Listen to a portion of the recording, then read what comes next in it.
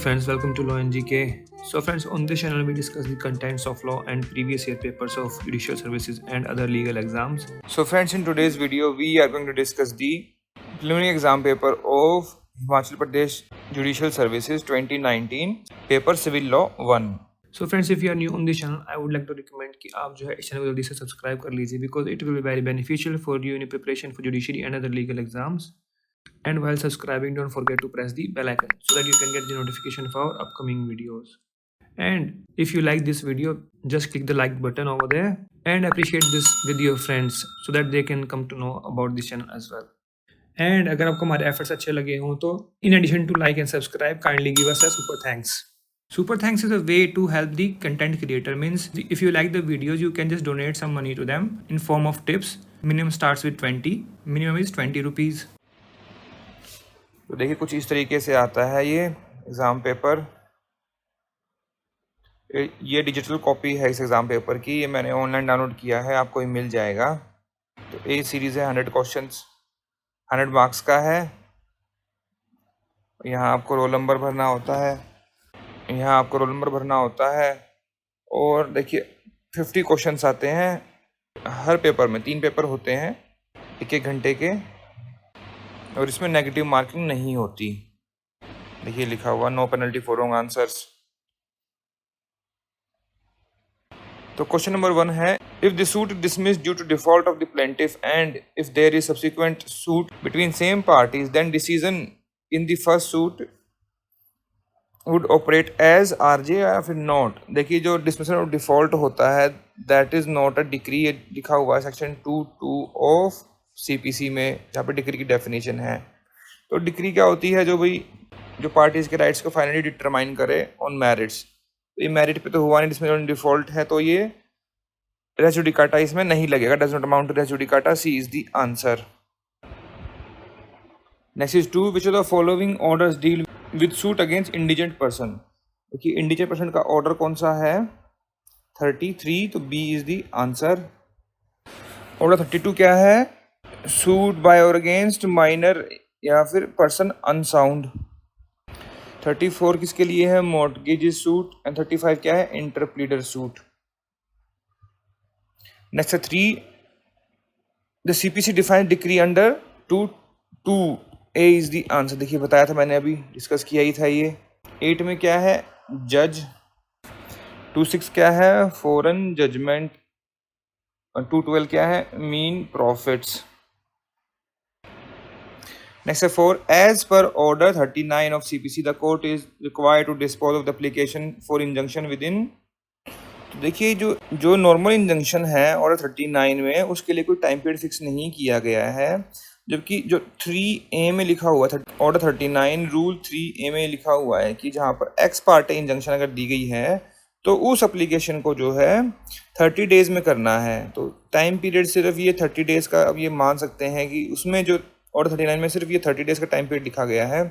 Otherwise normal case में reasonable time period होता है, वहाँ पर कोई टाइम फ्रेम कोई मेंशन नहीं है कि भाई इतने दिन के अंदर आपको डिस्पोज ऑफ करनी है एप्लीकेशन इंजंक्शन की। ये 30 डेज सिर्फ एक्स पार्टे इंजंक्शन के लिए किया गया है।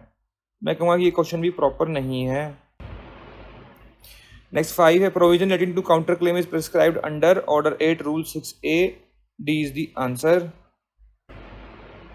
Next 6, choose the true statement about propositions. No suit shall lie challenging the validity of a decree passed in a former suit between the same party litigating on the same title on any ground based on objection as to the place of suing. Yes, बिल्कुल ठीक है।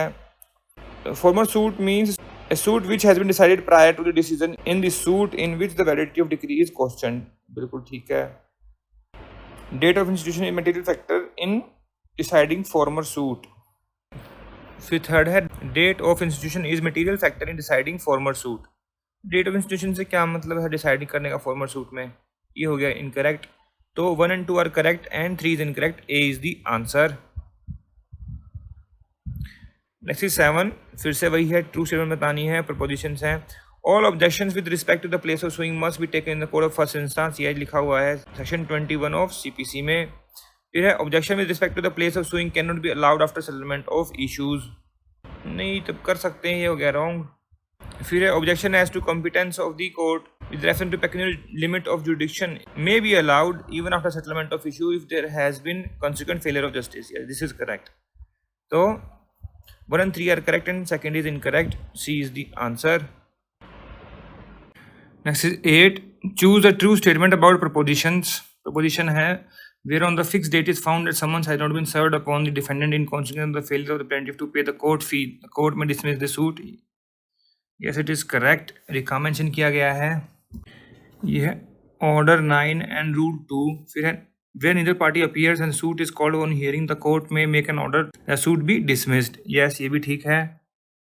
ये है rule 3 order 9 का. फिर है suit is dismissed under the above cases, the plaintiff will be barred bring a fresh suit. ये हो गया रॉन्ग बिकॉज ऑर्डर 9 के रूल 4 में लिखा हुआ है कि वो फ्रेश सूट लेके आ सकता है या फिर सेम सूट को रिस्टोर करवा सकते हैं. ये हो गया गलत. तो इसमें ठीक कौन सा हुआ फिर? 1 and 2 are correct, 3 is incorrect. A is the answer. ऐसे 9 फिर से वही है propositions. A suit in which right to property और to an office is contested is a suit of civil nature. Yes, बिल्कुल ठीक है. ये सेक्शन 9 है सूट ऑफ सिविल नेचर के लिए. फिर a suit dealing with right to office is a civil nature notwithstanding that such right में depend entirely on decision of the question as to religious ceremony. से बिल्कुल ठीक है. फिर है suit dealing with right to an office would be civil nature only when fee are attach to such office. Fee को जरूरी नहीं है. ये हो गया इनकरेक्ट. तो 1 and 2 are correct, 3 is incorrect. A is the answer. Next is 10. Issue arises when a material proposition of fact or law is affirmed by one party and is denied by the other. ये बिल्कुल ठीक है. ये है order 14 और ये rule 1 में ही लिखा हुआ है. फिर है when material proposition of fact are affirmed by one party and denied by the other. बिल्कुल डिट्टो सेम लिखे हुए हैं. Issues arises when material proposition of fact or law is affirmed by one party and denied by the other. दोनों बिल्कुल same लिख दिए हैं. फिर distinct issue is not necessary to be framed for each material proposition even though the same was affirmed by one party and denied by the other. No, issue तो frame करने ही पड़ेंगे क्योंकि रूल 3 में लिखा हुआ कि each material proposition जो कि अफर्म कर डिस्प्यूटेड है उसके लिए अलग से इशू फ्रेम करना पड़ेगा. तो ये हो गया रॉन्ग. दोनों ये ठीक है, सेम ही है वैसे तो फिर से A is the answer. Next is 11. As per section 46 of CPC, the precept means an order issued by the court which passed the decree and addressed to the other court to attach the proper judgment letter specified in the precept. तो C इसका answer रहेगा. Next 12. Under section 47 CPC, the execution court has to decide all the questions between the parties to the suit relating to execution, discharge and satisfaction of the decree. Yes, modification नहीं हो सकता. ये भी question आता है कि क्या नहीं कर सकता कोर्ट. बी इसका आंसर रहेगा. नेक्स्ट 13. फिर से प्रपोजिशंस हैं. CPC permit substituted service of summons. Yes, order 5 rule 20 में लिखा हुआ है. फिर substituted service can be affix a copy of someone in some conspicuous place in the courthouse and also in some conspicuous part of the house in which defendant is known to have last resided. बिल्कुल ठीक है. ये mere publishing summons is not substitute service. तो ये भी substitute service है. तो ये हो गया wrong. तो 1 and 2 are correct. फिर से 3 is incorrect. तो A is the answer. Next 14. For the purpose of filing suit against government, mandatory notice not less than 2 months is required to be given under section 80. C is the answer. Next 15. In a civil suit, parties are required to submit the list of witnesses whom they propose to call either to give evidence or to produce document on or before such date as the court may appoint, and not later than 15 days on a date of settlement of issues. A is the answer. कहाँ लिखा हुआ ये? Order 16 Rule 1 में. Next 16. It appears to a court that evidence of Mr. X, a person confined in a prison outside the state, is material in a suit. The court may make an order requiring district magistrate या फिर DGP या फिर officer in charge of prison to produce that person before the court to evidence. C is the answer. और ये कहाँ mention किया गया है? ये है Order 16A and Rule 2. क्या? Attendance of witness confined and detained in prison. Next 17 propositions है. सेक्शन 11 एक्सप्लेनेशन 4 मतलब कंस्ट्रक्टिव रेस जुडिकाटा. बिल्कुल ठीक है. ये एनी मैटर विच माइट और ought to have been made ground of defence और attack in a form of suit shall not constitute. तो ये तो रहेगा, ये हो गया गलत। And relief claim in the plaint which is not expressly granted by the decree shall be deemed to have been refuse, बिल्कुल ठीक है। तो 2 इज इनकरेक्ट, तो सी इसका आंसर हो गया, 1 and 3 are correct. Next 18, where a suit is to obtain relief respecting immovable property situated within the jurisdiction of different courts. The suit may be instituted in any of the court, any portion of property situate. तो B इसका answer रहेगा। Section कौन सा है ये? Section है 17 CPC। Next 19, in which of the following case judgment letter cannot be sent to civil prison in execution of a decree for payment of money? The amount does not exceed 2000 rupees. A is the answer. इसके लिए आप दे सकते हैं section 58, अगर 2000 से और 5000 तक है तो 6 वीक्स की इम्प्रिजनमेंट है, अगर 5000 से ऊपर है तो मैक्सिमम 3 मंथ्स की इम्प्रिजनमेंट है, 2000 से नीचे कोई इम्प्रिजनमेंट नहीं है। ए इसका आंसर रहेगा। Next 20, which of the following property can be attached while executing a decree? Section 60 provide करता है सीपीसी का कुकिंग वेसल नहीं कर सकते, टूल ऑफ आर्टिसन नहीं कर सकते, शेयर कर सकते हैं। 1/3 salary in execution of decree of maintenance, उसमें कितना करते हैं? 2/3 करते हैं, ये 1/3 नहीं कर सकते। तो आंसर क्या रहेगा इसमें? C. Next 21, under CPC letter of request में be issue to examine witness. A is the answer. Section कौन सा है? 77 CPC। Next 22, Section 6 of Specific Relief Act provides if any person is dispossessed without his consent of immovable property, otherwise than in due course of law, he may recover possession thereof. ये बिल्कुल ठीक है। Section 6, possession, actual possession only, no constructive भी चल जाएगा। फिर no suit shall be brought after expiry of 6 months from date of dispossession, बिल्कुल ठीक है। तो 1 and 3 are correct, second is incorrect, C is the answer. Next 23, an order passed under Section 6 of Specific Relief Act is neither appealable nor reviewable. C is the answer. Section 6 में ही mention किया गया है ये। Next 24, in which of the following case specific performance of a contract is not permitted? Where a party to the contract has obtained substituted performance of the contract. Yes, बिल्कुल ठीक है। Section 14 में लिखे हुए हैं ये। फिर contract performance which involve performance of a continuous duty which the court can not supervise, बिल्कुल ठीक है। फिर contract which is so dependent on personal qualification of the part, तब भी नहीं कर पाएंगे। All of the above, D is the answer. Section 14 सारे देख सकते हैं इसके लिए आप। Next 25, with the contract is a settlement on marriage which of the following is entitled obtain specific performance? Husband, wife, any person beneficially entitled, all of the above, D is the answer. का mention किया गया section 15 के C में ऑफ SRA। Next 26, no substituted performance of contract under section 20 shall be undertaken unless the party who suffer such breach has given notice in writing. और कितने दिन का होता है? Not less than 30 days. All the party in breach has refuse to fail to perform after the notice. All of the above, D is the answer. Next 27, choose the true statement about propositions. Evidence must be confined to the matter in issue. Yes. Best evidence must be given in all the cases. Yes. Circumstantial evidence cannot be admitted. ये गलत है। 1 and 2 are correct. 3 is incorrect. A is the answer. Next is 28. Choose a true statement about propositions. फिर से वही propositions है। Evidence Act is applicable to judicial inquiries. Yes, बिल्कुल ठीक है। Strictly inapplicable to quasi judicial inquiries, ये गलत है। फिर judicial proceedings the evidence is taken on oath, बिल्कुल ठीक है। तो फिर 1 and 3 are correct, 2 is incorrect, C is the answer. Next 29, which of the following is the evidence do not covered by definition of evidence under section 3? तो admission, confession, demeanour, judicial notice. Demeanour civil और criminal proceedings में demeanour दे सकता है court regarding a witness. Criminal देखें तो section है ये 280। एंड CPC में कहाँ लिखा हो जरा लिखो कमेंट सेक्शन में, आप भी पार्टिसिपेट करो।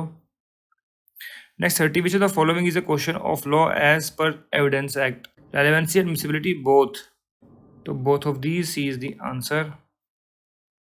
Next 31, falsus in uno falsus in omnibus is a rule of evidence या फिर rule of question? It is only rule of question. इसका मीनिंग क्या होता है? False in one time and false always.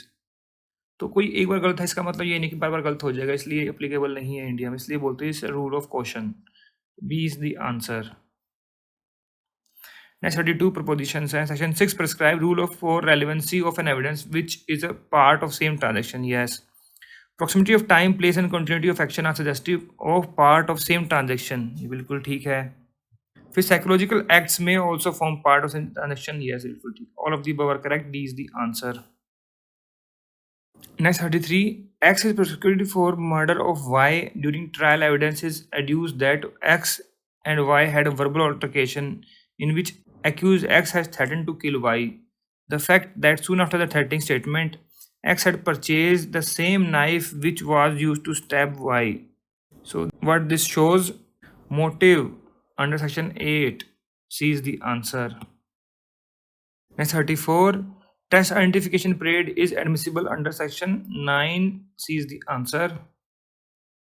Next 35. XYZ entered into conspiracy on December 26 to explode a bridge. In accordance with the conspiracy, the bridge was exploded on January 26, 2018. However, Y was arrested on January 24, 2018. He made a statement to the police about the conspiracy. The remaining two conspirators successfully executed the conspiracy. Later on, remaining two conspirators were also arrested. All were charged under the various provisions of IPC. During the trial, prosecution reasonably established the fact of conspiracy between X, Y, and Z to explode the said bridge. Which of the following fact is relevant under section 10? A letter written by X to Y on December 20, 2017 inquiring the possibility of a meeting. या फिर confession of Y to police या Z to police या फिर email sent by Y dated January 16, 2018 to the supplier of explosive. तो explosive वाला रहेगा. D is the answer. Next 36. Proposition है फिर से section 11 Evidence Act provides a judiciary clause for relevancy of fact. ये बिल्कुल ठीक है. It is based on general theory of relevancy. Yes. It is independent one and not controlled by other provision. ये wrong है. So 1 and 2 are correct. 3 is incorrect. A is the answer. Next 37. X is tried for committing murder of Y by intentionally shooting at him. With reference to his intention, prosecution adduced the fact that X had attempted to shoot Y at earlier occasion. The fact is relevant under section 14. C is the answer. And this is illustration O. Next 38. Choose the true statement about proposition. Judicial confession is a substantive piece of evidence. ये बिल्कुल ठीक है. फिर है extrajudicial confession is not a substantive piece of evidence. No, this is also a substantive piece of evidence. ये हो गया wrong.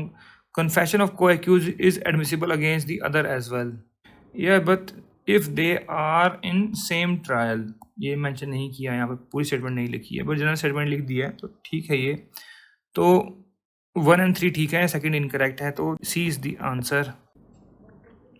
Next 39. In which of the following case Supreme Court ruled that section 27 is exception to section 25-26, that is Inayatullah versus State of Maharashtra. A is the answer. उन्होंने एक section छोड़ दिया 24, 25, 26 ऐसे है. Next 40. When a photograph of an original is prepared without being compared, the photograph is a photograph बनाया ना original का, तो क्या होगा वो? Secondary evidence. B is the answer. Section कौन सा है? 63. Next 41. In which of the following case secondary evidence may be given of the existence of condition or content of a document? When the original is shown or appear to be in possession power of the person against whom the document is sought to be proved. Yes, बिल्कुल ठीक है. Appear to be in possession of power of a person out of the reach of the court. Yes. In possession of power of the person not subject to process of the court. Yes. D is the answer. All of the above. Next 42. X is charged with traveling on a railway without ticket. The burden of proving that X had a ticket is on X only and had a burden must be discharged with preponderance of probability. Not उसको फिर वो beyond reasonable doubt prove करने की जरूरत नहीं है क्योंकि उसके ऊपर ही है ना. B is the answer. Section कौन सा है ये? 106. उसको beyond reasonable doubt prove करने की जरूरत नहीं है. Just prove that preponderance of probabilities. Next 43. Plea of alibi can be established under section 103. Particular fact. अब एक बंदा कह रहा है कि क्राइम वाले दिन वो उस सिटी में नहीं था, मतलब plea of alibi ले रहा, तो उसको प्रूव करना पड़ेगा. ये तो 103 में है. Particular fact 106 क्या है? स्पेशल फैक्ट, अभी जो ऊपर आया था. C इसका आंसर रहेगा. Next 44. A judgment given by competent court can create estoppel by record. A is the answer. Next 45. Which of the following provision of Evidence Act deals with leading question? अब देखिए जितने तीनों है ना, ये सारे लीडिंग क्वेश्चन से related है. इसमें डेफिनेशन है लीडिंग क्वेश्चन की, फिर ये कब नहीं दे सकते और कब दे सकते हैं क्रॉस एग्जामिनेशन में लिखा हुआ है. तो मैं कहूँगा कि क्वेश्चन ठीक नहीं था, बट अगर पूछते भी लीडिंग क्वेश्चन के डिफाइन कहाँ किया गया है तो वो तब 141 है. रेलेवेंट तो प्रोविजन सारे ही हैं ये. Next 46. Under Indian stamp act expression conveyance includes conveyance on sale. इस बिल्कुल ठीक है ये. फिर conveyance does not include instrument by which movable property transfer. No, does include है ये हो गया गलत. फिर through conveyance properties transfer inter by. बिल्कुल ठीक है. कन्वेंस की डेफिनेशन कहाँ मेंशन की गई है? Section 210 of Indian stamp act में. तो इसमें 1 and 3 are correct. C is the answer. Next 47. Which of the following provision was inserted by Indian Stamp Act to prescribe provision for stamp duty on counterparts when duty is not paid on original instrument? That is section 6A. B is the answer. Next 48. Under Indian Stamp Act, all instruments chargeable with duty and executed by any person in India shall be stamped before or at the time of execution. C is the answer. का mention किया गया section 17 of Indian Stamp Act में. Next 49. Under the Himachal Pradesh Courts Act, the High Court may in consultation with state government fix the place at which the court is to be held. This is section 15 और 15 में ये नहीं लिखा हुआ in consultation with state government, तो ये हो गया wrong. फिर है the place so fixed must always be within the local limits of the jurisdiction of the court. जरूरी नहीं है, beyond भी हो सकता है, तो ये भी wrong हो गया. फिर है a court under HP Courts Act may be held at any place within the local limits of jurisdiction. ये बिल्कुल ठीक है. तो 1 and 2 इसमें रॉन्ग हो गए. फिर ये ऑप्शंस जो है करेक्ट नहीं है. मस्ट ऑलवेज भी लिखा हुआ है, मे भी लिखा हुआ, may beyond the local limits of jurisdiction section 15 में मेंशन किया गया, देख सकते हैं आप. तो ये प्रॉपर नहीं है फिर options. And this is repeated question. 2020 में पेपर देखेंगे आप तो वहाँ पर मिल जाएगा आपको, बिल्कुल सेम डिटो क्वेश्चन पूछा हुआ है, बट वो वहाँ पर करेक्ट पूछा था, यहाँ पर गलत हो गया था, तो अगली बार वो ठीक पूछ लिया. Next is 50. As per Himachal Pradesh Courts Act, the local limits of jurisdiction of civil judge shall be decided by the High Court. A is the answer. कहाँ मेंशन किया गया? Section 12 of HP Courts Act में. So friends, here we have discussed preliminary exam paper of Himachal Pradesh Judicial Services 2019 paper Civil Law 1. अगर आपको इसमें कोई कमी लगी है, कोई सजेशंस और कोई एडवाइस हो तो आप कमेंट सेक्शन में जाकर भी लिख सकते हैं. We always appreciate your comments and feedback. And friends, if you like the efforts, kindly give a super thanks. Super thanks is a way to help the content creator. Means if you like the videos, you can just donate some money to them in form of tips. Minimum starts with 20. Minimum is 20 rupees. And अगर आपको video अच्छी लगी इसको जरूर like कीजिएगा. And don't forget to subscribe our channel. And while subscribing, don't forget to press the bell icon so that you can get the notification of our upcoming videos. So friends, thank you. Thanks very much for watching this video. Thank you.